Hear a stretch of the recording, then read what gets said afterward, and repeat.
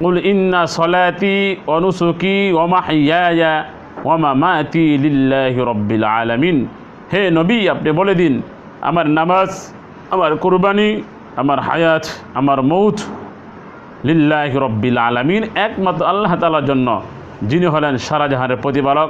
ভাই, আসন্ন কুরবানি, আমরা সকলে কুরবানি করব, সহিভাবে কুরবানি করার চেষ্টা করব। কুরবানি ওয়াজিব। ফাসল্লি লিরাব্বিকা ওয়ানহার।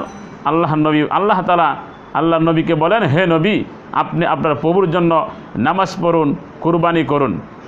এই আয়াত দ্বারা প্রমাণিত হয় কুরবানি করা ওয়াজিব। তবে কুরবানি মানুষকে দেখানোর জন্য না, অহংকার করে কুরবানি করা যাবে না, একমাত্র আল্লাহ তাআলার জন্য করতে হবে। আল্লাহ তো অন্য আয়াতে বলেছেন, ওয়ালাকি ইয়ানালুহু তাকওয়া। কুরবানির গোশত, রক্ত আল্লাহর কাছে পৌঁছবে না, আল্লাহ তাআলা মনের তাকওয়া, অন্তর দেখবে। আল্লাহ আয়াতে বলেছেন, হে নবী, আপনি বলে দিন, আমার নামাজ, আমার কুরবানি, আমার হায়াত, আমার মৌত একমাত্র আল্লাহ তাআলার জন্য।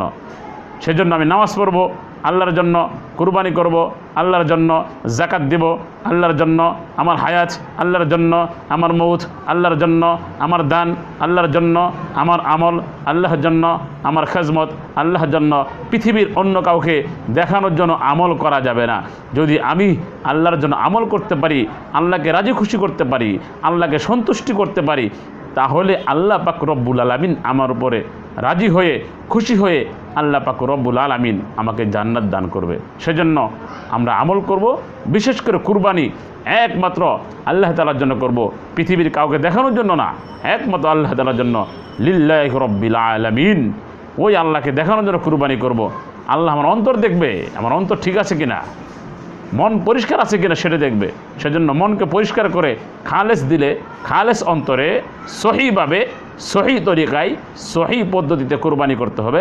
আল্লাহ তাআলা আমাদের সকলকেই সহিভাবে, সহি তরিকায়, সহি পদ্ধতিতে আল্লাহ তাআলা আমাদের সকলকেই কুরবানি করার তৌফিক দান করুক। ওমা আলাইনা ইল্লাল বালাগ।